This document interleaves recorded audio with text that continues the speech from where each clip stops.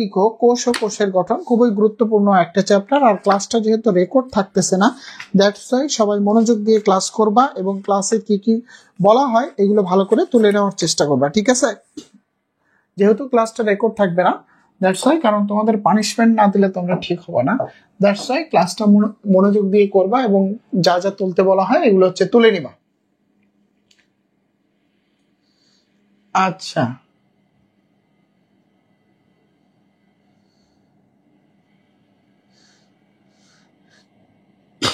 ওকে, এবার দেখো জীবদেহের কোষটা আসলে কি, ঠিক আছে? ও সুমন আসছে ক্লাসে, আমি খেয়াল করিনি। কোষ হচ্ছে জীবদেহের গঠন এবং হচ্ছে কি কার্যিক একক। কোষ হচ্ছে জীবদেহের গঠন এবং কার্যিক একক।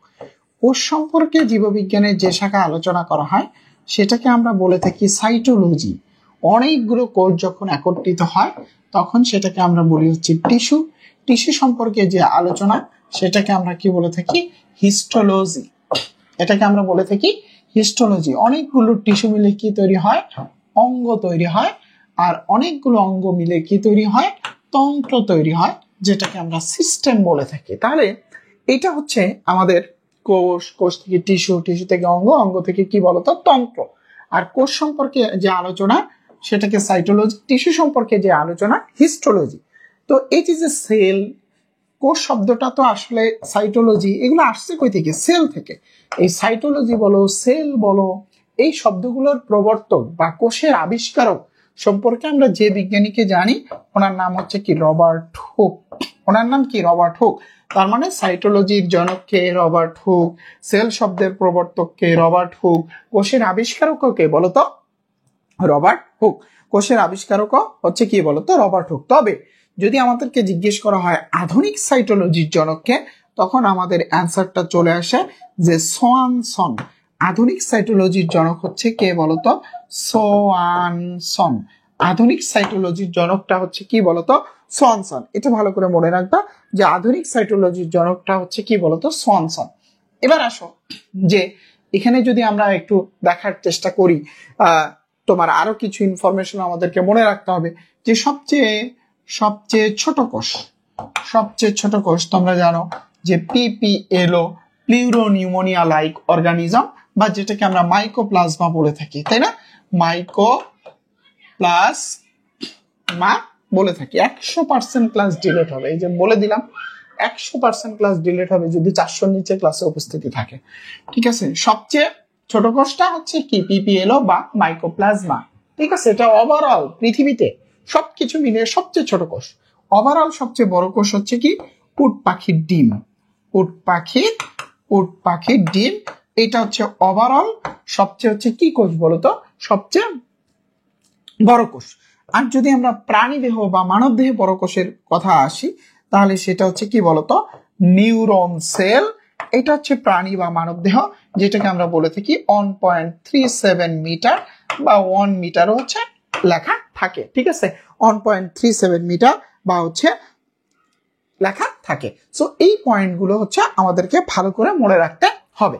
এরপরে দেখো, এইগুলো জানার পর এরপরে আমরা কি জানবো যে কোষ সম্পর্কে আসলে কোন বিজ্ঞানী কি বলছে। দুইজন বিজ্ঞানীর মতবাদ মনে রাখবা, জিন ব্রাচেট আর হচ্ছে ডি রবার্টিস। জিন ব্রাচেট আর হচ্ছে ডি রবার্টিস, ঠিক আছে? জিন ব্রাচেট আর হচ্ছে কি বলতো তোমার ডি রবার্টিস। এরপর আসলে কোষ তত্ত্ব, এগুলো জানার দরকার নাই। কোষ তত্ত্ব আসলে কে দিছে? কোষ তত্ত্ব দিছে জার্মান উদ্ভিদ বিজ্ঞানী স্লেডেন এবং প্রাণী বিজ্ঞানী কি? সোয়ান। স্লেডেন আর হচ্ছে কি বলতো? সোয়ান দিছে, ঠিক আছে? স্লেডেন আর হচ্ছে কে দিছে বলতো? সোয়ান দিছে। পরবর্তীতে ওনাদের পরবর্তীতে আরো একজন বিজ্ঞানী যার নাম হচ্ছে ভার্চু, এই ভার্চু হচ্ছে কোষ তত্ত্বটা প্রদান করছে। ওনাদের পরবর্তীতে আরো একজন বিজ্ঞানী যার নাম হচ্ছে ভার্চু, এই ভার্চু হচ্ছে কোষ তত্ত্বটা হচ্ছে প্রদান করছে, ঠিক আছে?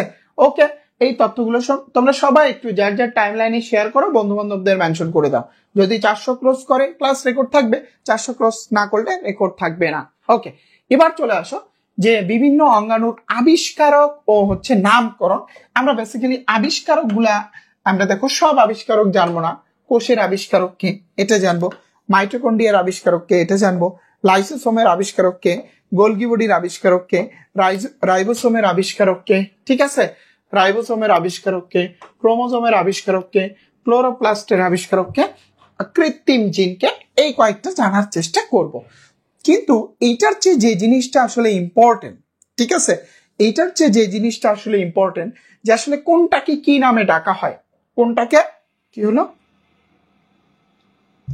আচ্ছা, কোনটাকে কি নামে ডাকা হয় এটা বেশি ইম্পর্টেন্ট। যেমন যদি আমরা এক পাশ থেকে আসি, মাইটোকন্ড্রিয়াকে আমি বলে দিচ্ছি, মাইটোকন্ড্রিয়াকে বলা হয় পাওয়ার হাউস বা কি বলা হয় বলতো, শক্তি ঘর।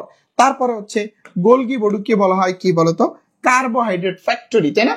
গোলগি বডিকে কি বলা হয় বলতো, কার্বোহাইড্রেট ফ্যাক্টরি বা হচ্ছে কি ট্রাফিক পুলিশ, তাই না? তারপরে লাইসোসোমকে বলা হয় হচ্ছে হাইড্রোলাইটিক এনজাইমের আধার, ঠিক আছে, বা অটোফ্যাগি বা আত্মঘাতী থলিকা বা সুসাইডাল স্কোয়াড। তারপরে রাইবোজোমকে বলা হয় কি প্রোটিন ফ্যাক্টরি, রাইবোজোমকে কি বলা হয় বলতো, প্রোটিন ফ্যাক্টরি। তারপরে নিউক্লিয়াসকে কি বলা হয়, কোষের প্রাণ কেন্দ্র, নিউক্লিয়াসকে কি বলা হয়, কোষের প্রাণ কেন্দ্র, ঠিক আছে, কোষের প্রাণ কেন্দ্র। এই পয়েন্টগুলো জানার চেষ্টা করবা, যেগুলোকে আমরা বলি যে হচ্ছে বিশেষ নাম। তারপরে যদি আমরা বলি ক্লোরোপ্লাস্ট, ক্লোরোপ্লাস্টকে হচ্ছে কি বলা হয় বলতো, ক্লোরোপ্লাস্টকে বলা হয় হচ্ছে তোমার কোষের রান্নাঘর। তারপরে ক্রোমোজোম বা জিনকে আমরা বলে থাকি বংশগতির একক, ঠিক আছে, বংশগতির একক। তারপরে হচ্ছে দেখো জিন, জিন জিন হচ্ছে বংশগতির একক, আর ব্লু প্রিন্ট হচ্ছে জিনোম, মাস্টার ব্লু প্রিন্ট হচ্ছে কি জিনোম। জিন হচ্ছে বংশগতির একক আর মাস্টার ব্লু প্রিন্টটা হচ্ছে কি জিনোম। তারপরে দেখো মাস্টার মলিকিউল বলা হয় ডিএনএ কে, মাস্টার মলিকিউল বলা হয় কাকে বলতো, ডিএনএ কে, মাস্টার মলিকিউল বলা হয় কাকে বলতো, ডিএনএ কে, ঠিক আছে। সো আর এই পয়েন্টগুলো মনে রাখার চেষ্টা করবো, আমি এতক্ষণ যে জিনিসগুলো বললাম এগুলো জানার চেষ্টা করবা, ঠিক আছে।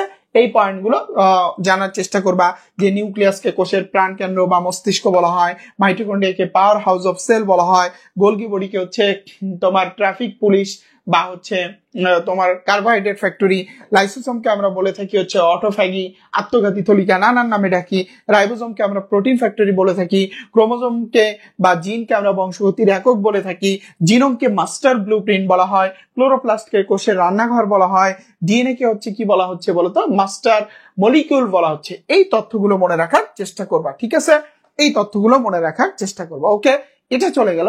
এরপরে আসো যে কোষ কত প্রকার।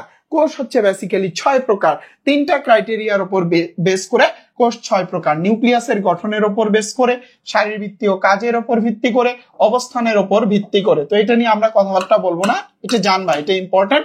তোমরা স্ক্রিনশট দিয়ে নাও, এটা হচ্ছে পড়বা ভালো করে, ঠিক আছে, স্ক্রিনশট দিয়ে নাও, এটা পড়বা ভালো করে। ওকে, তোমরা স্ক্রিনশট দিয়ে নাও, এটা পড়বা ভালো করে। বিশেষ করে এক্সাম্পল গুলো ইম্পর্টেন্ট, ঠিক আছে। এখানে যে হচ্ছে এক্সাম্পল গুলো আছে, এই এক্সাম্পল গুলো হচ্ছে ভেরি ভেরি ইম্পর্টেন্ট। এখানে যে এক্সাম্পল গুলো আছে, এক্সাম্পল গুলো ভেরি ভেরি ইম্পর্টেন্ট। ওকে, আজকে আর তোমরা ক্লাস হচ্ছে রেকর্ড রাখতে পারবা না। এরপর আসো, এগুলো জানার দরকার নাই, এইটা হচ্ছে আমরা একটু জানার চেষ্টা করি, কারণ এটা একটা বেসিক জিনিস, এটা শিখলে পরবর্তী পড়াগুলো সহজ হয়। যে আদর্শ উদ্ভিদ কোষ আমি 1 ঘন্টার মধ্যেই শেষ করব। আচ্ছা, তোমরা যে ক্লাসগুলো করো, দেখো বায়োলজি ক্লাস হোক, কেমিস্ট্রি ক্লাস হোক, 1 ঘন্টা থেকে 1 ঘন্টার মধ্যেই শেষ হয়ে যায়। সো এই ক্লাসগুলো কি 2x স্পিডে দেখার আদৌ কোনো প্রয়োজন আছে? 1 ঘন্টার ক্লাস 2x স্পিডে কতক্ষণে দেখো? 30 মিনিটে, 35 মিনিটে, 40 মিনিটে। 2x স্পিডে দেখলে একবার পজ করতে হয়, স্পিড বাড়াইতে হয়, কমাইতে হয়। 1 ঘন্টার ক্লাস তো 40 মিনিটের কমে দেখতে পারো না, তাই না? তো এই 20 মিনিট সময় সেভ করে কি বোয়িং 777 কিনবা নাকি এয়ারবাস কিনবা? কোনটা কিনে ব্যবসা শুরু করবা বলো? কোনটা কিনে ব্যবসা শুরু করবা বলো? বলো, কোনটা কিনে ব্যবসা শুরু করবা? বোয়িং 777 নাকি এয়ারবাস? ওকে, তাহলে এখন তোমরা তোমাদের ভালোটা না বুঝলে আমাদের পক্ষে ভালোটা বোঝানো আর সম্ভব নয়। এবার এত ডিটেলসে যাব না আমরা। সঞ্চিত পদার্থগুলোর নাম মনে রাখবা, নিঃসৃত পদার্থগুলো। বেসিক্যালি সঞ্চিত পদার্থগুলো তোমরা জানো যে মানুষ 6 ধরনের খাবার খায়, তার মধ্যে 3 ধরনের খাবার প্রধান, কার্বোহাইড্রেট, প্রোটিন আর লিপিড। কার্বোহাইড্রেট, প্রোটিন আর হচ্ছে কি বলতো, লিপিড। বুঝতে পারছো যে কার্বোহাইড্রেট, প্রোটিন আর হচ্ছে লিপিড। তোমরা মনে রাখতে পারো সিপিএল, পিসিএল, নানান ভাবে হচ্ছে মনে রাখতে পারো। নিঃসৃত পদার্থ কোনটা? ফ্যান, এভাবে মনে রাখবা, ফ্যান, ঠিক আছে। Pigment, hormone, enzyme, nectar, nectar মানে হচ্ছে মধু। বুঝতে পারছো? এটা গেল। এবার আসো প্রোটোপ্লাজম। খেয়াল করো, প্রোটোপ্লাজমের দেখো 3টা অংশ, কোষ ঝিল্লি, সাইটোপ্লাজম, নিউক্লিয়াস। তার মধ্যে তোমরা জানো যে প্রোটোপ্লাজমকে বলা হয় জীবনের ভৌত ভিত্তি। এটা কে বলছে? বি হাক্সলে বলছে। প্রোটোপ্লাজমকে কি বলা হয় বলতো? জীবনের ভৌত ভিত্তি বলা হয়। এই কথাটা কে বলছে বলতো? যে বি হাক্সলে বলছে, তাই না? বি হাক্সলে বলছে হচ্ছে প্রোটোপ্লাজমকে জীবনের ভৌত ভিত্তি বলছে বি হাক্সলে। একটু মনে রাখার চেষ্টা করবা।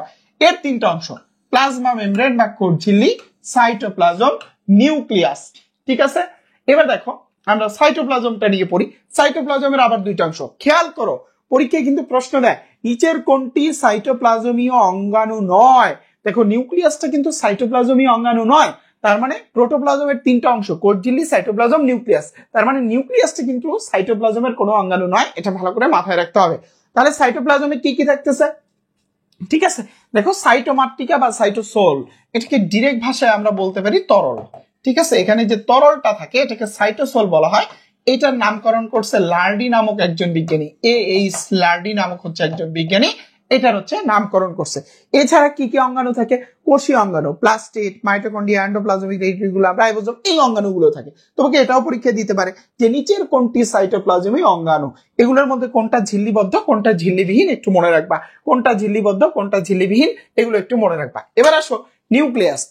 নিউক্লিয়াসের চারটা অংশ, নিউক্লিয়ার এনভেলপ, নিউক্লিওপ্লাজম, এগুলো নিয়ে আমরা এখানে কথা না বলি, কারণ নিউক্লিয়াস কৃষির পরীক্ষার জন্য একটা হট টপিকস। এটা নিয়ে আমরা ডিটেলস জানার চেষ্টা করব পরবর্তীতে।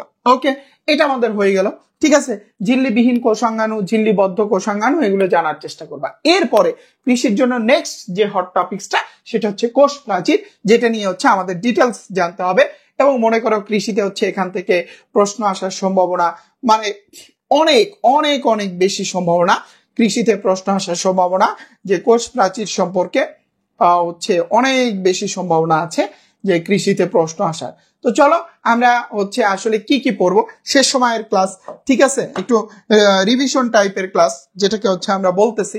তো এত সময় নেওয়া যাবে না।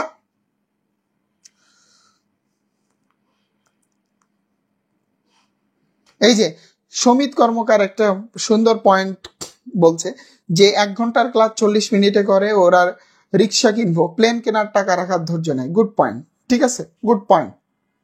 ওকে, তাহলে দেখো যে আমরা কোষ প্রাচীর নিয়ে কথাবার্তা বলি, এটা উদ্ভিদ কোষের অনন্য বৈশিষ্ট্য। কোষ প্রাচীরটা কি? উদ্ভিদ কোষের অনন্য বৈশিষ্ট্য, ভেরি ভেরি ইম্পর্টেন্ট। প্রাণী কোষে কোষ প্রাচীর থাকে না। কোষ প্রাচীরে 40% সেলুলোজ, 20% হেমিসেলুলোজ, 30% পেকটিন, 10% গ্লাইকোপ্রোটিন থাকে। তার মানে এখান থেকে আমরা বলতে পারি কোষ প্রাচীরের প্রধান উপাদান কি বলতো? সেলুলোজ। কোষ প্রাচীরের প্রধান উপাদানটা হচ্ছে কি বলতো? সেলুলোজ। দুইটি পাশাপাশি কোষ প্রাচীরের মধ্যে সূক্ষ্ম ছিদ্র পথে যে নলাকার সংযোগ স্থাপিত হয়, ঠিক আছে, নলাকার সংযোগ স্থাপিত হয়, তাকে প্লাজমোডেসমাটা বলে। তাকে প্লাজমোডেসমাটা হচ্ছে বলে। ঠিক আছে, সো এই পয়েন্টগুলো একটু জানার চেষ্টা করবা তোমরা, যে লাইনগুলো মার্ক করলাম। এবার আসো যে কোষ প্রাচীরের আসলে 3টা লেয়ার তোমরা জানো, যেটাকে আমরা মিডল ল্যামেলা বা মধ্যপর্দা বলে থাকি, প্রাথমিক প্রাচীর বলে থাকি, সেকেন্ডারি প্রাচীর বলে থাকি। এখানে যে তথ্যগুলো আছে একটু জানার চেষ্টা করবা। আমি যদি আরেকটু মার্ক করে দেই, ঠিক আছে, আমি যদি আরেকটু মার্ক করে দেই, এই তথ্যগুলো বেশি ইম্পর্টেন্ট, জানার চেষ্টা করবা। যে মধ্যপর্দার অপর নাম পিট মেমব্রেন। দুইটা কূপ এক হচ্ছে যখন অবস্থান করে তখন সেটাকে পিট পেয়ার বলা হয়। এই জিনিসগুলো হচ্ছে একটু জানার চেষ্টা করবা। ওকে ওকে, এবার আসো জাইলোগ্লুকান নামক হেমিসেলুলোজ, এই তথ্যগুলো জানবা। জাইলোগ্লুকান নামক হেমিসেলুলোজ প্রাচীর গঠনে কাজ করে। মুখোমুখি দুটি কূপকে পিট পেয়ার বলে। মাইসেলিকে কোষ প্রাচীরের ক্ষুদ্রতম গাঠনিক একক। কোষ প্রাচীরের প্রধান রাসায়নিক উপাদান সেলুলোজ। আমরা এটা পড়ে আসছি। এবার দেখো যে এটা আসলে কিভাবে গঠিত হয়। 1 থেকে হচ্ছে তোমার 3000, ঠিক আছে, 1000 থেকে 3000 সেলুলোজ অণু মিলে তৈরি হয় কি? Cellulose chain. অণু মিলে কি তৈরি হয়? Cellulose chain. এরকম 100টি সেলুলোজ চেন মিলে তৈরি হয় কি? মাইসেলি। 100টি সেলুলোজ চেন মিলে তৈরি না। আজকের ক্লাস রেকর্ড থাকবে না। কে যেন জিজ্ঞেস করছো, আজকের ক্লাস রেকর্ড থাকবে না। তাহলে 100টি সেলুলোজ চেন মিলে কি তৈরি করা হয়? মাইসেলি তৈরি করা হয়। ঠিক আছে, মানে তৈরি করা হয় বলতে তৈরি হয়। এরকম 20টা মাইসেলি মিলে কি? মাইক্রোফাইবিল। 20টা মাইসেলি মিলে কি? মাইক্রোফাইবিল। এরকম 250টা মাইক্রোফাইবিল মিলে ম্যাক্রোফাইবিল। ঠিক আছে, এটা ভুল আছে। কোষ প্রাচীরের গাঠনিক একক হচ্ছে মাইসেলি। ক্রিস্টালাইন মাইসেলিকে বলা হয় কোষ প্রাচীরের গাঠনিক একক। ঠিক আছে, তো এই পর্যন্ত সবাই ক্লিয়ার কিনা ভাইকে একটু লাভ রিয়াক্ট এবং কমেন্ট করে জানা দাও যে এই পর্যন্ত তোমরা সবাই ক্লিয়ার। ঠিক আছে, ভাইকে একটু লাভ রিয়াক্ট এবং কমেন্ট করে জানা দাও যে এই পর্যন্ত তোমরা সবাই ক্লিয়ার।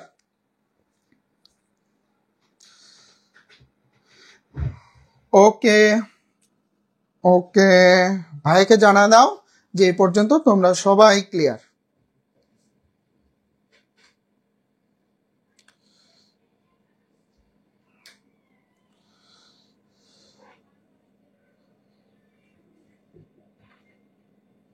ওকে, এবার তোমাদের হচ্ছে আমি রুটিনটা আপাতত ঘোষণা করতেছি।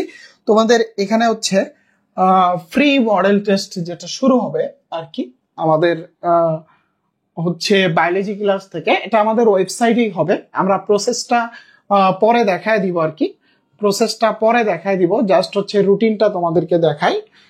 খেয়াল করো যে তোমাদের 5টা মডেল টেস্ট নেওয়া হবে, সবার জন্য ফ্রি। 5টা মডেল টেস্ট নেওয়া হবে, এটা সবার জন্য ফ্রি। 100 মার্কের মডেল টেস্ট হবে, 5টা মডেল টেস্টই হচ্ছে 100 মার্কের হবে। মডেল টেস্ট গুলো 14 তারিখ থেকে শুরু হবে। আজকে কত তারিখ আমার খেয়াল নাই, আজকে 12 তারিখ। মডেল টেস্ট গুলো হচ্ছে 14 তারিখ থেকে শুরু হবে। আজকে রাতেই তোমাদেরকে প্রসেস বলে দেওয়া হবে যে কিভাবে মডেল টেস্টের জন্য এনরোল করবা। আমাদের বায়োলজি ক্লাস ওয়েবসাইটে ঢুকে এনরোল করতে হবে, এখন পারবা না। ঠিক আছে, হচ্ছে আমরা দেখাই দিব ওইভাবে হচ্ছে এনরোল করবা। মডেল টেস্ট গুলো 14 তারিখ রাত 10টায় শুরু হয়ে পরের দিন দুপুর 1:30টায় শেষ হবে। আবার ওই দিনই রাত 10টায় আরেকটা শুরু হয়ে পরের দিন 1:30টায় শেষ হবে। তার মানে রাত 10টায় শুরু, পরের দিন 1:30টায় শেষ। রাত 10টায় শুরু, পরের দিন 1:30টায় শেষ। বুঝতে পারছো? রাত 10টায় শুরু, পরের দিন হচ্ছে 1:30টায় শেষ। বুঝতে পারছো? হ্যাঁ, 100 মার্কের মডেল টেস্ট। এখানে হচ্ছে তোমার biology, chemistry, English, math, physics সব থাকবে। ঠিক আছে, সব থাকবে। আর যদি তোমাদের এক্সাম ডেট পিছিয়ে যায় সেটা জানতে তো অ্যাটলিস্ট 15 তারিখ পর্যন্ত আমাদেরকে ওয়েট করতে হবে। সেইভাবে সমন্বয় করা হবে, সেইভাবে সমন্বয় করা হবে। মডেল টেস্ট সবাই দিতে রাজি আছো তো? রাজি আছো? বলো, হাত তোলো, বলো সবাই, বলো ইনশাআল্লাহ ভাইয়া দিব। ভাইয়া এমএসএইচ এর মডেল টেস্ট, এমএসএইচ এ যারা আছো এমএসএইচ এর মতো চলবে। এমএসএইচ এর মডেল টেস্ট এমএসএইচ এ চলবে, কোনো সমস্যা নাই। বুঝতে পারছো? এমএসএইচ এর মডেল টেস্ট এমএসএইচ এ চলবে, কোনো সমস্যা নাই। বুঝতে পারছো? ওকে ওকে, সবাই মডেল টেস্ট দিবা তো, আমরা রুটিন পরে দিয়ে দিব, কোনো সমস্যা নাই। রুটিন দিয়ে যে এখানে লেখাই আছে 14 তারিখ, 15 তারিখ, 16 তারিখ, 17 তারিখ, 18 তারিখ এই পর্যন্ত প্ল্যান অনুযায়ী তো আমরা রুটিন দিয়ে দিব। হচ্ছে তোমরা কিভাবে এনরোল করবা এটা আমরা টেলিগ্রাম গ্রুপে জানাই দিব। ঠিক আছে, তন্ময় টেলিগ্রাম গ্রুপের লিঙ্কটা কমেন্ট করে এটা পিন করে দে। ডেসক্রিপশন বক্সে টেলিগ্রাম চ্যানেলের লিঙ্ক দেওয়া আছে, সেখান থেকেও তোমরা দেখতে পারো ফ্রি মডেল টেস্ট। ঠিক আছে, এখানে হচ্ছে তোমরা ওয়েবসাইটে এনরোল করে হচ্ছে দেখতে পারবা, কোনো সমস্যা নেই। এর জন্য কিছুই করতে হবে না, জাস্ট ওয়েবসাইটে গিয়ে এনরোল করলেই হচ্ছে হয়ে যাবে। আমি কি সবকিছু বন্ধ করে দিলাম নাকি? আচ্ছা, ঠিক আছে, ওকে। এবার চলো আমরা হচ্ছে পড়ায় চলে যাই। এরপরে হচ্ছে কোষ প্রাচীর গেল। ঠিক আছে, কোষ প্রাচীর গেল। এরপরে হচ্ছে আমরা যেটা নিয়ে কথা বলবো সেটা হচ্ছে প্লাজমা মেমব্রেন। খেয়াল করো, প্লাজমা মেমব্রেনটা কৃষির জন্য এতটা ইম্পর্টেন্ট নয়, তবে বাই চান্স দিয়ে দিলেও কিছু করার থাকবে না আর কি। ঠিক আছে, বাই চান্স দিয়ে দিলেও কিছু করার থাকবে না। তো তোমরা যেটা করবা সেটা হচ্ছে, আমি কিছু জিনিস মার্ক করে দিচ্ছি, একটু স্ক্রিনশট দিয়ে নাও, এগুলো একটু পড়ে ফেলবা। ঠিক আছে, পড়ে ফেলবা। কিছু জিনিস মার্ক করে দিচ্ছি, এগুলো হচ্ছে একটু পড়ে ফেলবা।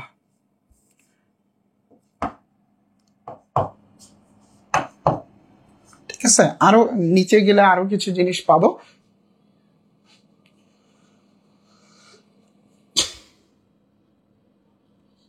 ওকে, ক্লাসটা রেকর্ড থাকবে না, যারা চলে যাচ্ছ তারা কপাল পোড়া। বুঝতে পারছো? যারা চলে যাচ্ছ তারা কপাল পোড়া। এই যে এখানে যা আছে সব এইগুলো একটু তোমরা পড়বা। ঠিক আছে, এতটা ইম্পর্টেন্ট নয়, যার কারণে আমি হচ্ছে বুঝিয়ে দিলাম। ঠিক আছে, যার কারণে আমি বুঝিয়ে দিলাম, বাট তোমরা হচ্ছে একটু পড়বা। ঠিক আছে, তোমরা পড়বা।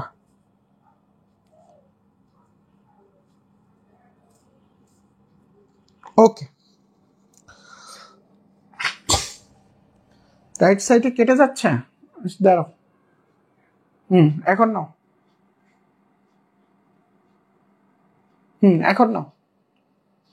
এখন নাও, এখন স্ক্রিনশট নাও। ওকে, এখন নাও। ওকে, হয়ে গেছে। তাহলে আমরা চলো পড়ায় চলে যাই। এটা আমাদের গেল। এরপরে হচ্ছে আমরা যে টপিকসটা নিয়ে পড়বো, চলো দেখি আমাদের স্লাইডে কি আছে।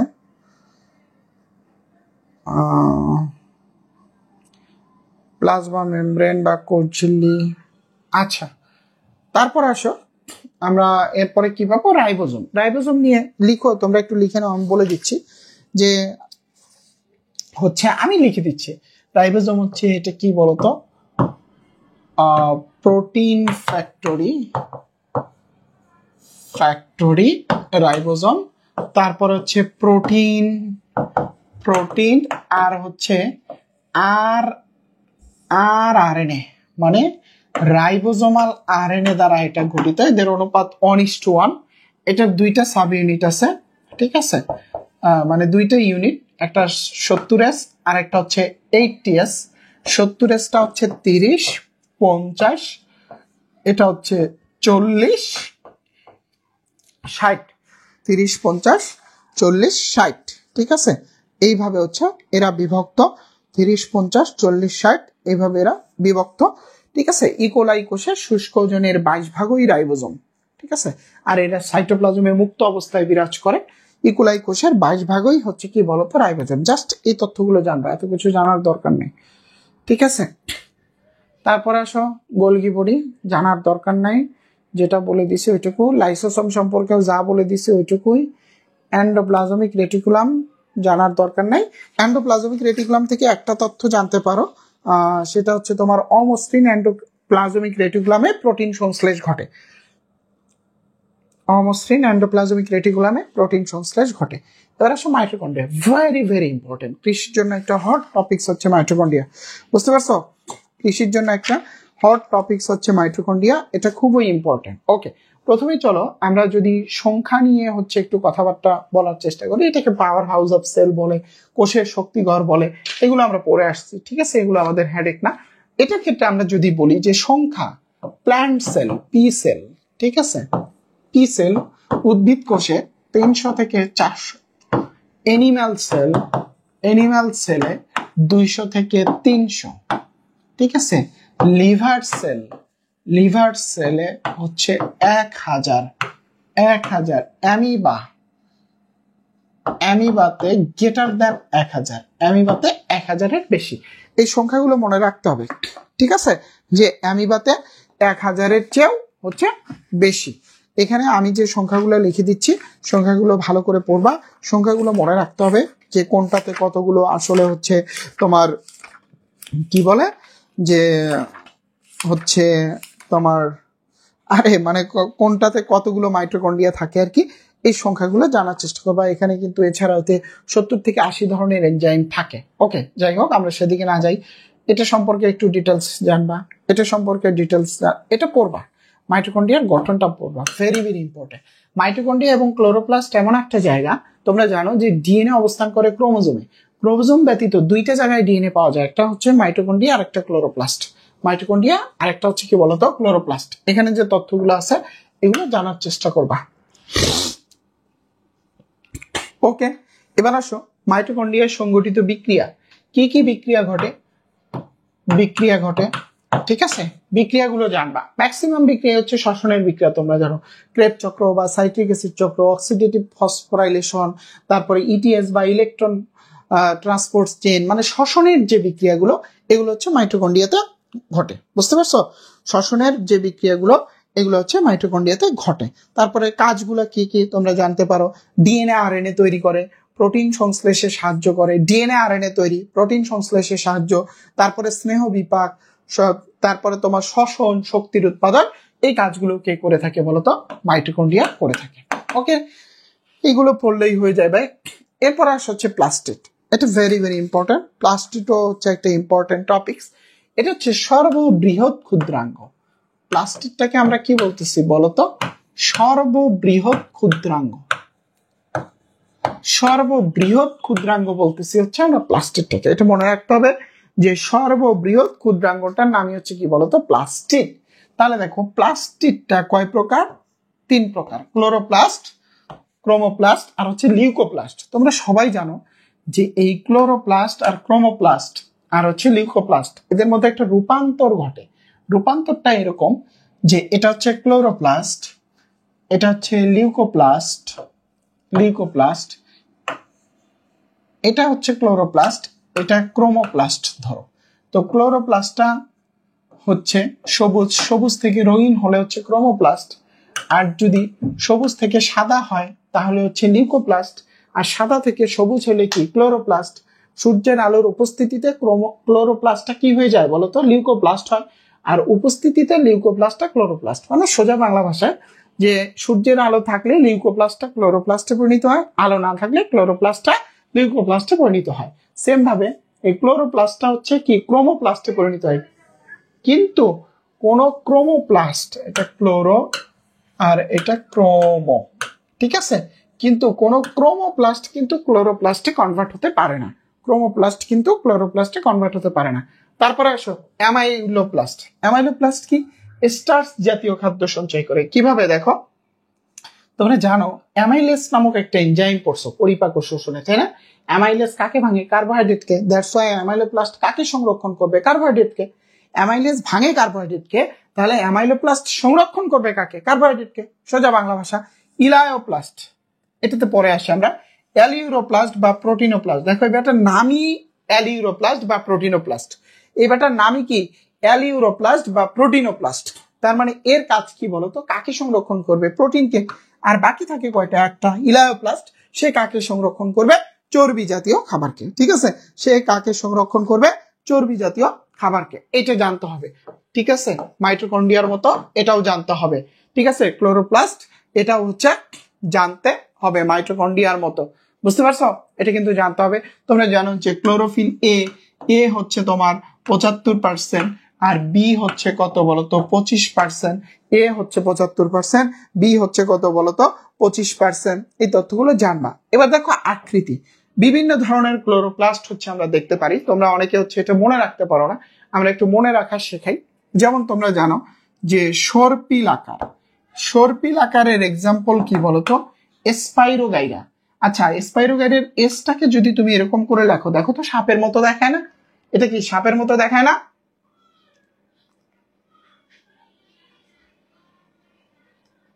একটা আজে বাজে কমেন্ট করবা না, একটা আজে বাজে কমেন্ট করলে ব্লক করা হবে এখন থেকে। আমি আর একটাও আজে বাজে কমেন্ট দেখতে চাই না, দেখলেই ব্লক করা হবে। তন্ময়, যারা যারা আজে বাজে কমেন্ট করতেছে ব্লক করে দাও। তাহলে দেখো সর্পিল আকার, এসটাকে এরকম লিখলে কি সর্পিল আকার হয়ে যায়। তারপরে দেখো হচ্ছে পেয়ালা আকৃতি। পেয়ালা আকৃতি, পেয়ালা আকৃতি দেখো ক্যালামাইডোমোনাস, বানানে কি? সি। সিটাকে যদি তুমি উল্টা করে লেখো পেয়ালার মতো দেখে না? পেয়ালা মানে কি? চায়ের কাপ। পেয়ালা মানে কি? চায়ের কাপ। তার মানে পেয়ালা আকৃতির এক্সাম্পল হচ্ছে ক্যালামাইডোমোনাস, ক্যালামাইডোমোনাস। তারপরে দেখো আমরা পড়ে থাকি হচ্ছে তারকাকার। আমরা পড়ে থাকি কি বলতো? তারকাকার। এটার এক্সাম্পল হচ্ছে জিগনেমা, ঠিক আছে। এটার এক্সাম্পল হচ্ছে জিগনেমা। দেখো আমরা একটা কথা বলি যে তারা আকাশে ঝিকঝিক করে, তাই না? তারা আকাশে কি করে বলতো? ঝিকঝিক করে। জিগনেমা মানে তারা আকাশে কি ঝিকঝিক করে, আমরা বলি না এরকম? সেম দেখো, তাহলে জিগনেমা ঝিকঝিক করে, তার মানে তার আকৃতি কি? তারকাকার। তার আকৃতি কি বলতো? তারকাকার, ঠিক আছে। তার আকৃতি হচ্ছে তারকাকার। তারপরে হচ্ছে তোমার জালিকাকার। জালিকাকার এটার এক্সাম্পল হচ্ছে ওয়েডোগোনিয়াম। জালিকাকার এটার এক্সাম্পল হচ্ছে ওয়েডোগোনিয়াম। এরকম করে একটা ও লিখে দেখো, এরকম পেঁচাইতেই থাকলে জাল হয়ে যায়। দ্যাটস ওয়াই ওয়েডোগোনিয়াম কি বলতো? তোমার জালিকাকার। এর বাইরে একটা মনে রাখবা, বেল্ট বা ফিতা আকৃতি বা গার্ডল আকৃতি বা আংটি, বেল্ট, ফিতা, গার্ডল, আংটি, ইউলোথ্রিক্স, ঠিক আছে। আর হচ্ছে তোমার গোলাকার হচ্ছে ফাইটোফোরা। গোলাকার হচ্ছে কি বলতো? ফাইটোফোরা। ওকে, শেষ। এইগুলো জানার চেষ্টা করবা। এরপর আসে সেন্ট্রিওল। সেন্ট্রিওল থেকে কিছু জানার দরকার নাই, ঠিক আছে। এই লাইনটা হচ্ছে তোমার সেন্ট্রিওল থাকে না কোথায়, ঠিক আছে, সেটা জানবা। সেন্ট্রিওল থাকে না হচ্ছে আদিকোষ, ডায়াটম, ইস্ট, আবৃতবীজী। আদিকোষ, ডায়াটম, ইস্ট, আবৃতবীজী। আদিকোষ ডায়াটম ইস্ট আবৃতবীজী সেন্ট্রিওল থাকে না। এই দুইটা তথ্য আর হচ্ছে সেন্ট্রিওল থাকে না কোথায়? আদিকোষ ডায়াটম ইস্ট আবৃতবীজী, ঠিক আছে?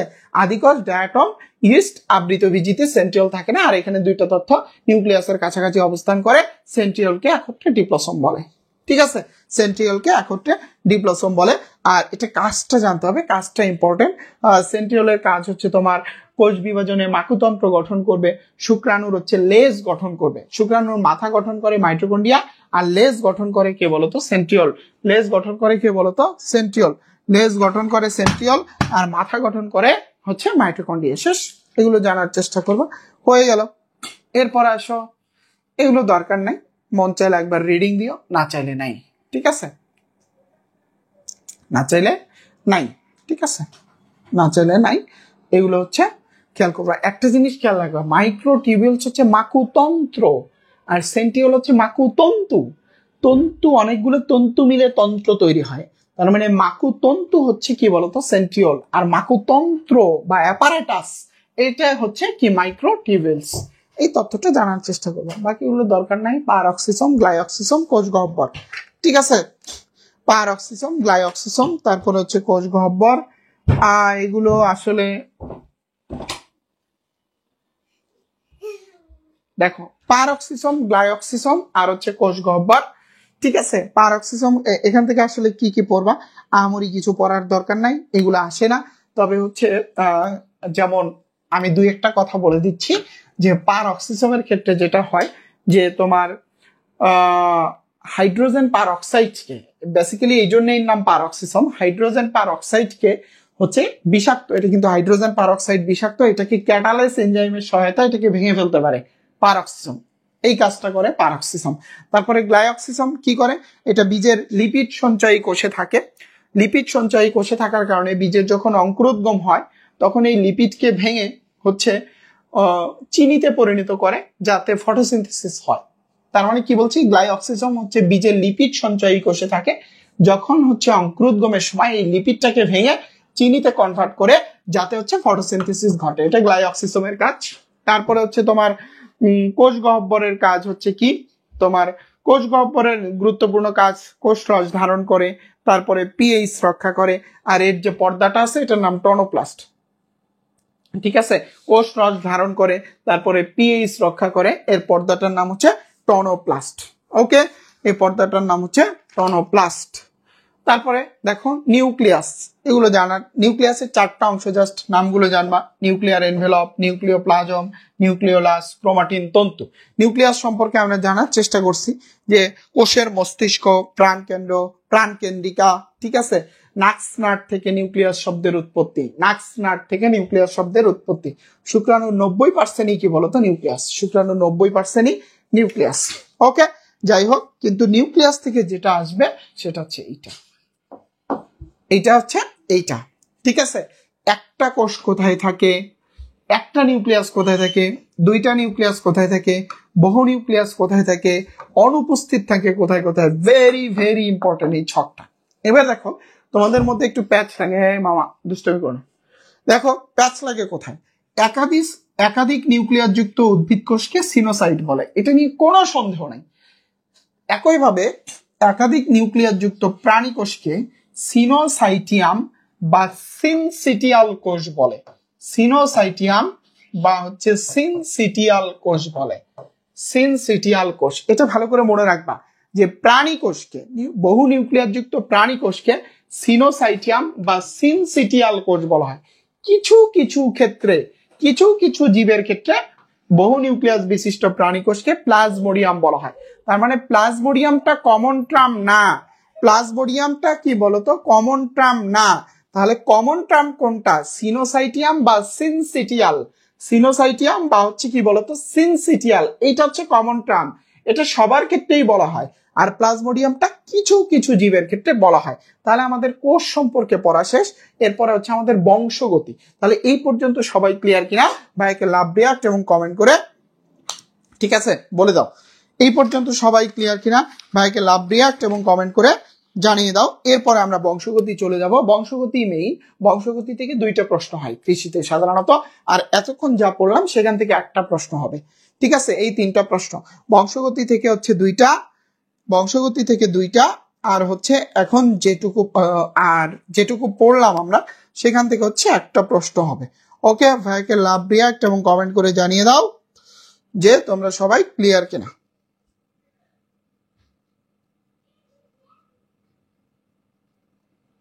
ভাই কোশেষ, ওকে ওকে। এবার চলো আমরা হচ্ছে ক্রোমোজোমে চলে যাই। ঠিক আছে, আমরা হচ্ছে ক্রোমোজোমে যাব।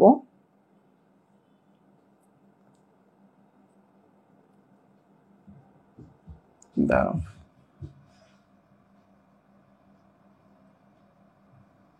এই চ্যাপ্টারে পড়া একটু বেশি, বড় চ্যাপ্টার তো। আচ্ছা, আমরা ক্রোমোজোম নিয়ে একটু কথাবার্তা বলার চেষ্টা করি। ঠিক আছে, তোমরা সবাই জানো যে এই ক্রোমোজোমের কাজ হচ্ছে পিতা মাতা থেকে সন্তানে দিতে হচ্ছে যে বিভিন্ন তথ্যগুলো আদান প্রদান করে, সেইটাই হচ্ছে বেসিক্যালি ক্রোমোজোমের কাজ। এটা হচ্ছে ক্রোমোজোমের কাজ। তার মানে বংশগতি বস্তুর প্রধান উপাদানটা কিন্তু কি বলতো, ক্রোমোজোম। কিন্তু যদি তোমাকে জিজ্ঞেস করে বংশগতির একক কোনটা, তাহলে অ্যান্সার হবে জিন। যদি জিন না থাকে তাহলে অ্যান্সার ক্রোমোজোম, যদি জিন না থাকে তাহলে কি অ্যান্সার হচ্ছে ক্রোমোজোম। ওকে, বা ক্রোমোসোম, যাই বলো না কেন। এবার দেখো, এইগুলো জানার দরকার নাই, তারপরে একটু দেখতে পারো, এগুলো জানতে হবে না, এই ছকটা জানতে হবে। ঠিক আছে, সময় থাকলে আমি পড়িয়ে দিতাম, বাট সময় কম, এই কারণে পড়ানোর সুযোগ নাই, তাহলে তোমাদের ইজি হয়ে যেত। তারপরে আমি ক্লাস নিতে থাকি, যদি ক্লাসের শেষে মনে হয় যে সময় থাকে তাহলে পড়ায় দেব, না সময় থাকলে পড়াবো না আর কি। জাস্ট আমি বলে দিচ্ছি যে শসা, পাট, পেঁয়াজ, পেঁপে, মূলা, ভুট্টা, ধান, টমেটো, তামাক, গম, গোল আলু। ঠিক আছে, এগুলো ক্রোমোজোম নাম্বারটা জানবা। কিউলেক্স মশা, ফলের মাছিটা লাগবে না, গৃহমাছি, তারপর হচ্ছে মানুষ, গরিলা, গরু, ছাগল, এই 2টা, গিনিপিগ, ঘোড়া, এই 2টা সেম ক্রোমোজোম, আর কবুতর। ঠিক আছে, এইগুলো ক্রোমোজোম নাম্বারগুলো জানার চেষ্টা করবা, এদের ক্রোমোজোম নাম্বারগুলো জানার চেষ্টা করবা। ঠিক আছে, এদের ক্রোমোজোম নাম্বারগুলো জানার চেষ্টা করব। ওকে,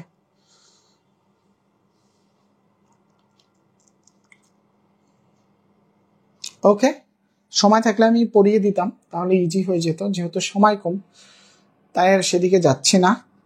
আচ্ছা, ক্রোমোজোমের রাসায়নিক গঠন কিচ্ছু পড়ার দরকার নেই, জাস্ট যেটুকু মনে রাখবা, ক্রোমোজোমের রাসায়নিক গঠনের প্রধান অংশ নিউক্লিক অ্যাসিড আর প্রোটিন।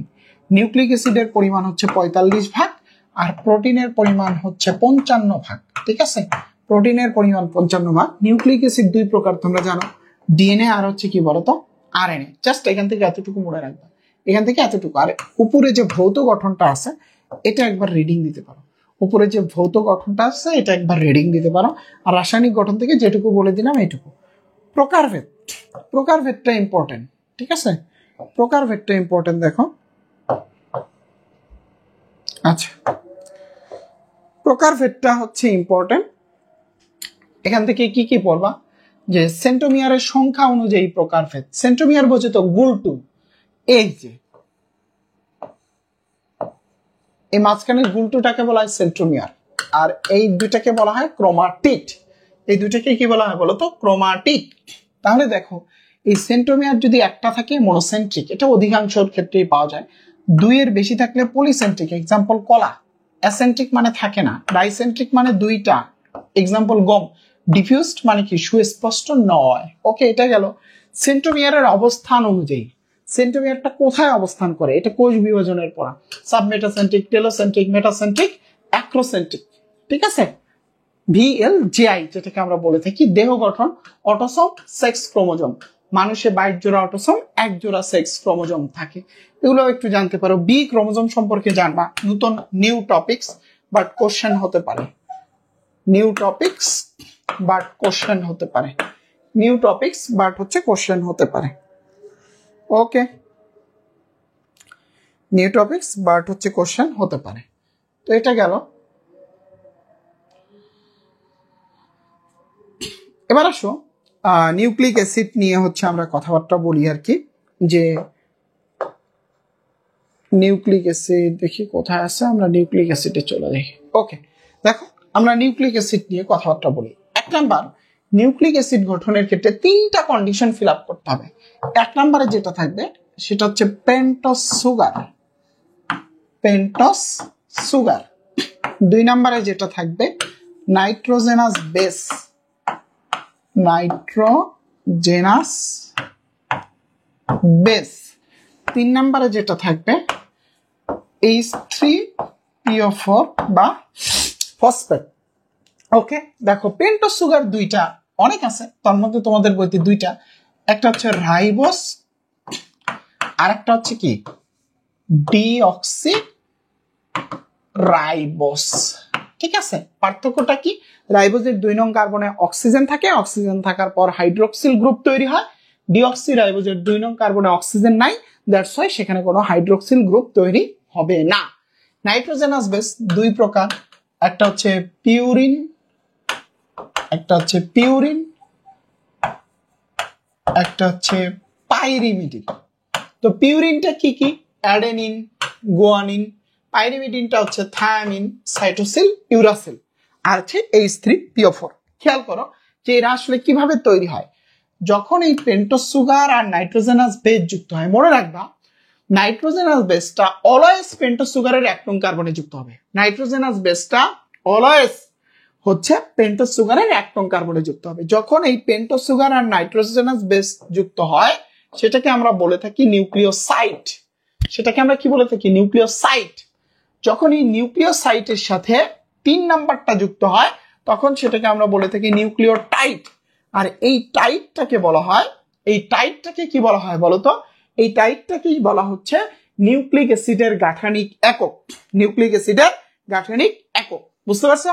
যে নিউক্লিওটাইডটাকে বলা হয় নিউক্লিক অ্যাসিডের গাঠনিক একক। Pentose sugar, nitrogenous base, nitrogenous বেসটা পেন্টোজ সুগারের কয় নং কার্বনে যুক্ত হবে? 1 নং কার্বনে। এটাকে বলতেছি নিউক্লিওসাইড। যখন এই নিউক্লিওসাইটের সাথে ফসফেট যুক্ত হবে, এই ফসফেটটা পেন্টোজ সুগারের হয় 3-এ যুক্ত হবে অথবা 5-এ যুক্ত হবে, হয় 3 নং কার্বন অথবা 5 নং কার্বন। 3 নং কার্বনে যুক্ত হলে 3 প্রাইম, 5 নং কার্বনে যুক্ত হলে 5 প্রাইম। 3 নং কার্বনে যুক্ত হলে 3 প্রাইম, 5 নং কার্বনে যুক্ত হলে কি বলতো? 5 প্রাইম। তাহলে নিউক্লিওটাইড, আর এই নিউক্লিওটাইডটাকে আমরা বলে থাকি নিউক্লিক অ্যাসিডের গাঠনিক একক। এবার যদি আমরা শুধু ডিএনএ এর কথা চিন্তা করি, ডিএনএ এর কথা চিন্তা করে আমরা ডিএনএ বানাবো। দেখো দেখো দেখো তো ডিএনএ হয়েছে কিনা। এখন বোর্ডে যতটুকু আছে এখানে ডিএনএ হয়েছে কিনা খেয়াল করো। দেখো, জানাও, তোমরা কমেন্টে জানাও।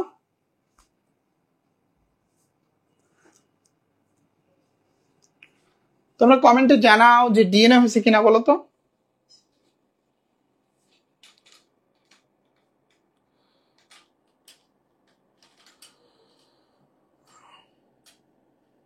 হয়েছে ডিএনএ? ওকে, এবার দেখো আমরা আরএনএ বানাই। আরএনএ দেখো আরএনএ হয়ে গেছে। এখন কি হয়ে গেছে? আরএনএ হয়ে গেছে। খেয়াল করছো? তার মানে এই ডিএনএ এবং আরএনএ এর মধ্যে পার্থক্যকারী নাইট্রোজেনাস বেস হচ্ছে থায়ামিন আর ইউরাসিল। ডিএনএ তে ইউরাসিল নাই, আরএনএ তে থায়ামিন নাই। ঠিক আছে, ডিএনএ এবং হচ্ছে আরএনএ এর মধ্যে পার্থক্যকারী নাইট্রোজেনাস বেস হচ্ছে থায়ামিন আর ইউরাসিল। তার মানে ডিএনএ তে হচ্ছে ইউরাসিল নাই, আরএনএ তে কি নাই? থায়ামিন নাই। এই তথ্যগুলো জানার চেষ্টা করবা। এবার দেখো আমরা ডিএনএ হচ্ছে ডাবল হেলিক্স গঠন, যেটাকে আমরা বলি ডাবল হেলিক্স গঠনটা জানার চেষ্টা করি। এটা হচ্ছে ইম্পর্টেন্ট। ঠিক আছে, ডাবল হেলিক্স গঠনটা এটা আমরা একটু জানার চেষ্টা করবো। সবাই একটু ডিএনএ অ্যাড করো। লাগবে? তোমাদেরকে কি বুঝাই দিব নাকি জাস্ট বলে দিব যে কি কি পড়বা? আচ্ছা, জাস্ট আমি একটু বুঝিয়ে দেওয়ার চেষ্টা করি যে তোমরা সবাই একটা ডিএনএ আর্ট করো, তোমাদের মতো করে হচ্ছে একটা ডিএনএ আর্ট করো, আমি আমার মতো করে হচ্ছে আর্ট করতেছি, ঠিক আছে? তোমাদের মতো করে একটা ডিএনএ আর্ট করো।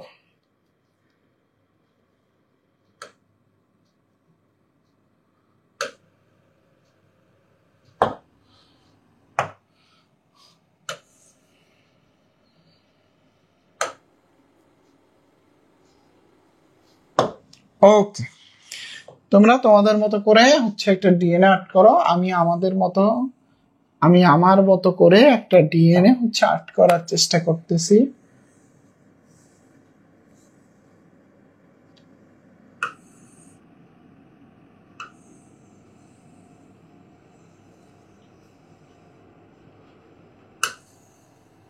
আবার সাপটা পাঠ করিও না, এমনি রাসেল ভাইপার নিয়ে মানুষ আতঙ্কে আছে, এরপরে আবার তোমাদের সাপ দেখে মানুষ হচ্ছে আতঙ্কে চলে যাবে, ঠিক আছে?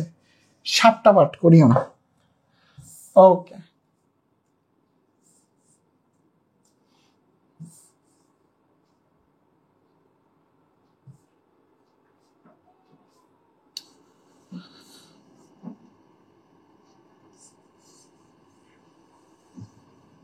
এত লাগবে না। ওকে, তাহলে দেখো আমরা যদি এই ডিএনএটার গঠন ভাবার চেষ্টা করি, এটা যদি হয় 3', এটা হবে 5', এটা যদি হয় 5', এটা হবে কি বলতো 3', ঠিক আছে? এইভাবে ছাবে। এই যে এটা একটা হেলিক্স, এটা একটা হেলিক্স, এই হেলিক্স দুটির ব্যাস হচ্ছে 20 অ্যাংস্ট্রম। এই হেলিক্স দুটির ব্যাস কত বলতো? 20 অ্যাংস্ট্রম। দুইটা হেলিক্সের ব্যাস কত? 20 অ্যাংস্ট্রম, ঠিক আছে? এবার খেয়াল করো, এই জায়গাটা থেকে এই জায়গা, এটা হচ্ছে পূর্ণাঙ্গ প্যাচ, এটা হচ্ছে কি বলতো পূর্ণাঙ্গ প্যাচ। এই পূর্ণাঙ্গ প্যাচটার দূরত্ব হচ্ছে 34 অ্যাংস্ট্রম। এই পূর্ণাঙ্গ প্যাচটার দূরত্ব হচ্ছে কত বলতো? 34 অ্যাংস্ট্রম। এই পূর্ণাঙ্গ প্যাচটা হচ্ছে পূর্ণাঙ্গ যে হচ্ছে প্যাচটা আছে, এটার দূরত্ব হচ্ছে 34 অ্যাংস্ট্রম, ঠিক আছে? এবার খেয়াল করো, এই 34 অ্যাংস্ট্রমের মধ্যে 10 জোড়া মনোনিউক্লিওটাইড, এই পাশে 10টা, এই পাশে 10টা, 10 জোড়া মনোনিউক্লিওটাইড অবস্থান করে। তার মানে এই 34-এর মধ্যে 10 জোড়া মনোনিউক্লিওটাইড এরকম সমান দূরত্বে অবস্থান করে। তাহলে প্রত্যেকটা দূরত্ব কত হবে? 3.4 অ্যাংস্ট্রম। এই কারণে যদি তোমাদের পরীক্ষায় আসে যে একটি মনোনিউক্লিওটাইড থেকে অপর মনোনিউক্লিওটাইডের দৈর্ঘ্য কত, তাহলে অ্যান্সারটা হবে 3.4 অ্যাংস্ট্রম। একটা মনোনিউক্লিওটাইড থেকে অপর মনোনিউক্লিওটাইডের দৈর্ঘ্য কত? 3.4 অ্যাংস্ট্রম। পূর্ণাঙ্গ প্যাচের দৈর্ঘ্য কত? 34 অ্যাংস্ট্রম। পূর্ণাঙ্গ প্যাচের দৈর্ঘ্য কত? 34 অ্যাংস্ট্রম। সিঁড়ির এক ধাপ থেকে আরেক ধাপের দূরত্ব কত? 3.4 অ্যাংস্ট্রম, ঠিক আছে? এই তথ্যগুলো জানার চেষ্টা করবা। তারপরে দেখো, এটার আণবিক ওজন 10⁶ থেকে 10⁹ ডাল্টন, 10⁶ থেকে 10⁹ ডাল্টন। 100 ডিগ্রি সেন্টিগ্রেড তাপমাত্রায় হেলিক্স দুটি কি হয়ে যায়? আলাদা হয়ে যায়, তাই না? হেলিক্স দুটি কি হয়ে যায়? আলাদা হয়ে যায়। তারপর এই প্রত্যেকটি পূর্ণাঙ্গ প্যাচের ভিতরে 25টি হাইড্রোজেন বন্ড থাকে, 25টি হাইড্রোজেন বন্ড থাকে, ঠিক আছে? 25টি হাইড্রোজেন বন্ড থাকে। এই তথ্যগুলো ভালো করে জানার চেষ্টা করবা। 25টি হাইড্রোজেন বন্ড থাকে, এই তথ্যগুলো ভালো করে জানার চেষ্টা করবা। তারপরে তোমরা জানো যে এ এর সাথে টি 2টা হাইড্রোজেন বন্ড দ্বারা, জি এর সাথে সি 3টা হাইড্রোজেন বন্ধন দ্বারা যুক্ত হয়। যতগুলো এটি থাকবে ততগুলো জিসি থাকবে, যতগুলো এজি থাকবে ততগুলো টিসি থাকবে, ঠিক আছে? যতগুলো এটি থাকবে ততগুলো জিসি, যতগুলো এজি ততগুলো টিসি থাকবে। এটাকে বলা হয় চারগফ রুলস, ঠিক আছে? চারগফস রুলস, ওকে? চারগফ রুলস। এই তথ্যগুলো জানার চেষ্টা করবা ডিএনএ থেকে, এটা ইম্পর্টেন্ট। এরপরে চলো আমরা আরএনএ তে ফিরে যাই। আরএনএ এর গঠনটাও হচ্ছে আমরা দেখে আসছি যে আরএনএ তে কি কি থাকে। এখানে আরএনএ এর প্রকারভেদ দেওয়া আছে, একবার রিডিং দিও। আরএনএ এর হচ্ছে প্রকারভেদ দেওয়া আছে, জাস্ট একবার রিডিং দিও, ঠিক আছে? আরএনএ এর প্রকারভেদ দেওয়া আছে, এতটা ইম্পর্টেন্ট নয়, জাস্ট একবার হচ্ছে রিডিংটা দিতে পারো, ওকে? এবার নেক্সট আসো জীববিজ্ঞানের কেন্দ্রীয় প্রত্যয়, যেটাকে আমরা সেন্ট্রাল ডগমা অফ বায়োলজি বলতেছি। Central dogma of biology. খেয়াল করো, ডিএনএ থেকে যখন ডিএনএ তৈরি হয় এটাকে আমরা বলে থাকি কি? ডিএনএ থেকে যখন আরএনএ তৈরি হয় এটাকে আমরা কি বলে থাকি? আরএনএ থেকে যখন প্রোটিন তৈরি হয় তখন এটাকে আমরা কি বলে থাকি? ডিএনএ থেকে ডিএনএ তৈরি, এটাকে আমরা বলে থাকি হচ্ছে রেপ্লিকেশন। রেপ্লিকেশন, ডিএনএ থেকে আরএনএ তৈরি, এটাকে আমরা বলে থাকি হচ্ছে ট্রান্সক্রিপশন। আরএনএ থেকে প্রোটিন তৈরি, এটাকে আমরা বলে থাকি হচ্ছে ট্রান্সলেশন। ঠিক আছে, ট্রান্সলেশন। এই তিনটা ঘটনাকে জীববিজ্ঞানে হচ্ছে বলা হয় সেন্ট্রাল ডগমা অফ বায়োলজি। ঠিক আছে, সেন্ট্রাল ডগমা অফ বায়োলজি। এই তিনটা ঘটনাকে জীববিজ্ঞানে বলা হয় কি বলতো? সেন্ট্রাল ডগমা অফ বায়োলজি বা জীববিজ্ঞানের কেন্দ্রীয় প্রত্যয়। জীববিজ্ঞানের কেন্দ্রীয় প্রত্যয় বা সেন্ট্রাল ডগমা অফ বায়োলজি। তার মধ্যে দেখো, এই আরএনএ থেকে হচ্ছে ডিএনএ তৈরির একটা প্রক্রিয়া, এটা কেন্দ্রীয় প্রত্যয়ের অন্তর্ভুক্ত নয়, এটাকে বলা হয় রিভার্স ট্রান্সক্রিপশন। এটাকে আমরা কি বলতেছি? Reverse transcription. ঠিক আছে, এটাকে আমরা বলতেছি রিভার্স ট্রান্সক্রিপশন। এরকম হচ্ছে এইচআইভি ভাইরাসে রিভার্স ট্রান্সক্রিপশন দেখা যায়, এই কারণে এইচআইভি ভাইরাসটাকে বলা হয় রেট্রোভাইরাস। এইচআইভি ভাইরাসটাকে বলা হয় রেট্রোভাইরাস। এইচআইভি ভাইরাসটাকে বলা হয় রেট্রোভাইরাস। এই তথ্যগুলো জানার চেষ্টা করবা। নেক্সট আসো, যে এই ঘটনাগুলো পড়বা, এটা ইম্পর্টেন্ট। ঠিক আছে, রেপ্লিকেশনটা ইম্পর্টেন্ট। এখানে কি কি আছে সব পড়বা, এখানে যা যা আছে ইম্পর্টেন্ট। শুধু রিডিং দিলে হবে না, ভালো করে পড়তে হবে, কারণ এত বোঝানোর সময় নাই, তোমরা পড়েও আসছো। সো এই জিনিসগুলো ঠিক আছে, সময় থাকলে বুঝিয়ে দিতাম। এখানে যা যা আছে পড়তে হবে, এই পর্যন্ত পড়তে হবে, এই পর্যন্ত যা আছে সব পড়বা। ঠিক আছে, এই পর্যন্ত যা আছে সব পড়বা, যতটুকু দেখানো হয়েছে। ওকে,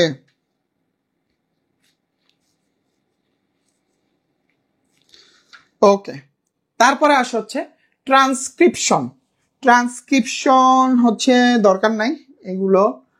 ট্রান্সলেশন এটা পড়তে পারো, এই দুইটা লাইন পড়তে পারো, এই তিনটা লাইন পড়তে পারো। আর এখান থেকে এই জিনিসটা রিডিং দিতে পারো, ট্রান্সলেশনে অ্যান্টিবায়োটিকের প্রভাব। ট্রান্সলেশনের কোন পর্যায়ে কোন অ্যান্টিবায়োটিক বিঘ্ন সৃষ্টি করে, মানে কোন অ্যান্টিবায়োটিকটা ব্যাকটেরিয়ার ট্রান্সলেশনে বাধা দেয়, সেটা জাস্ট একবার রিডিং দিতে পারো। আর এখানে তিনটা লাইন আছে, এই তিনটা লাইন ভালো করে পড়তে পারো। ওকে, ওকে, আমরা একদম শেষের দিকে চলে আসছি। এবার আসো জিন এবং জেনেটিক কোড। জিন এবং জেনেটিক কোড। জিনটা কি? ক্রোমোজোমের এমন একটি খণ্ডাংশ যা বংশগতির ধারক এবং বাহক, যা বংশগতিকে এক জায়গা থেকে আরেক জায়গায় নিয়ে যায়। আমরা যদি জিনটাকে পেতে চাই তাহলে ক্রোমোসোমকে ভাঙলে হচ্ছে এটার ভিতরে পাই ডিএনএ। এই ডিএনএ এর আবার খণ্ডাংশকে কি বলা হয়? জিন বলা হয়। মানে একদম খুবই মলিকুলার লেভেল, সবগুলোই মলিকুলার লেভেল, তারপরে এটা একদম বেশি মলিকুলার লেভেলে আর কি। এইটা হচ্ছে জিন। এবার দেখো জিনের বিভিন্ন একক, কি কি একক আছে? Recon, muton, cistron, replicon. Very very important. Gene রিকম্বিনেশনের একক, জিন মিউটেশনের একক, জিন কার্যের একক। ঠিক আছে, এই তথ্যগুলো জানবা। আদিকোষে জিন প্রকাশের ইউনিটকে অপেরন বলা হয়। আদিকোষে জিন প্রকাশকে অপেরন বলা হয়। অপেরনের চারটা অংশ, এতটা ইম্পর্টেন্ট নয়, জাস্ট একবার রিডিং গো। বাট উপরেরটা ইম্পর্টেন্ট, উপরে যেটা লিখছি এটা ইম্পর্টেন্ট। ওকে, এবার আসো ভাই, অনুজীবে ভাইরাসের বৈশিষ্ট্য আছে, ভাইরাসের কোনো এনজাইম নাই, কিন্তু এইচআইভি তো এইচআইভি তো রিভার্স ট্রান্সক্রিপ্টাস এনজাইম থাকে, এই কারণেই তো সে হচ্ছে আরএনএটাকে ডিএনএ তে কনভার্ট করে ফেলতে পারে। এইচআইভির ভিতরে রিভার্স ট্রান্সক্রিপ্টাস এনজাইম থাকে, এই কারণে সে আরএনএটাকে ডিএনএ তে কনভার্ট করতে পারে, এই কারণে এটার নাম রেট্রোভাইরাস হচ্ছে। ওকে, বিভিন্ন ধরনের জিন। এখান থেকে লাস্ট ইয়ারে প্রশ্ন আসছিল, এই লিথাল জিনটা আসছিল এখান থেকে, লাস্ট ইয়ার না তার আগের বছর, যাই হোক আর কি। এখান থেকে যদিও এটাকে তোমরা জিন তত্ত্বেরও ফেলতে পারো, বাট আসছিল। এবার আসার সম্ভাবনা কম, জাস্ট একবার রিডিং দিও, জাস্ট ফর রিডিং। ঠিক আছে, just for reading. Genetic code হচ্ছে 3টি করে নিউক্লিয়াসের বিন্যাসকেই জেনেটিক কোড বলা হয়। এটা আমরা সেখানে যাচ্ছি না, ও আচ্ছা যাইতে হবে। 3টি করে নিউক্লিক অ্যাসিডের বিন্যাসকেই হচ্ছে জেনেটিক কোড বলা হয়। যেমন দেখো, সাপোজ আর কি, আর্ডিনিন একটা নিউক্লিয়াস টাইপ, ঠিক আছে, গুয়ানিন, থায়ামিন, এই 3টা যখন একত্রে হবে সাপোজ আর কি, তখন সেটাকে আমরা বলবো জেনেটিক কোড। তখন আমরা সেটাকে কি বলবো বলতো? Genetic code. এখান থেকে আমরা সূচনা নির্দেশ এবং সমাপ্তি নির্দেশ নিয়ে আলোচনা করব। কিছু জেনেটিক কোড আছে যারা সূচনা নির্দেশ করে, আর কিছু জেনেটিক কোড আছে যারা সূচনা নির্দেশ করে না। টোটাল জেনেটিক কোড হচ্ছে 64টা। কয়টা? 64টা। এই 64টার মধ্যে একটা একটা হচ্ছে স্টার্ট কোডন, মানে সে হচ্ছে সূচনা নির্দেশ করে, আর 3টা হচ্ছে স্টপ কোডন, যারা হচ্ছে বন্ধ ঘোষণা দেয়। এই যে 64টা কোডন আছে তার মধ্যে একটা হচ্ছে সূচনা নির্দেশ করে, ঠিক আছে, সূচনা নির্দেশ করে, এই একটাকে বলা হয় স্টার্ট কোডন, আর বাকি 3টাকে বলা হয় স্টপ কোডন। তো স্টার্ট কোডন কোন অ্যামিনো অ্যাসিডকে নির্দেশ করে, কিন্তু স্টপ কোডন, ঠিক আছে, স্টপ কোডন কোন অ্যামিনো অ্যাসিডকে কোড করে না, ঠিক আছে। ব্যাপারটা এমন যে স্টার্ট কোডন অ্যামিনো অ্যাসিডকে, মানে হচ্ছে 61টা কোডনই অ্যামিনো অ্যাসিডকে কোড করে, কিন্তু এই 3টা যে স্টপ কোডন আছে তারা অ্যামিনো অ্যাসিডকে কোড করে না, তারা কোড করে না, ঠিক আছে। তাহলে দেখো স্টার্ট কোডনটা কি কি, এ ইউজি অথবা জি ইউজি, এই দুটাই স্টার্ট কোডন, এ ইউজি অথবা জি ইউজি দুটাই হচ্ছে start codon. Stop codon U A U A G U G A, U A U A G U G A, ঠিক আছে। এরা হচ্ছে কি কোডন বলতো, স্টপ কোডন, ঠিক আছে। এদেরকে বলতেছি আমরা হচ্ছে স্টপ কোডন। এটাকে তোমরা বলতে পারো মেথিওনিন বলতে পারো, যে শুরু নির্দেশ করে কে, মেথিওনিন নামক যে অ্যামিনো অ্যাসিডটা আছে সেটা মেথিওনিন। ওকে, তাহলে সবাই বলো সবকিছু ক্লিয়ার কিনা। আচ্ছা, সবাই বলো সবকিছু ক্লিয়ার কিনা। 1 ঘন্টাই তো লাগছে, কারণ ক্লাস শুরু করতে তো 5-7 মিনিট চলে যায়।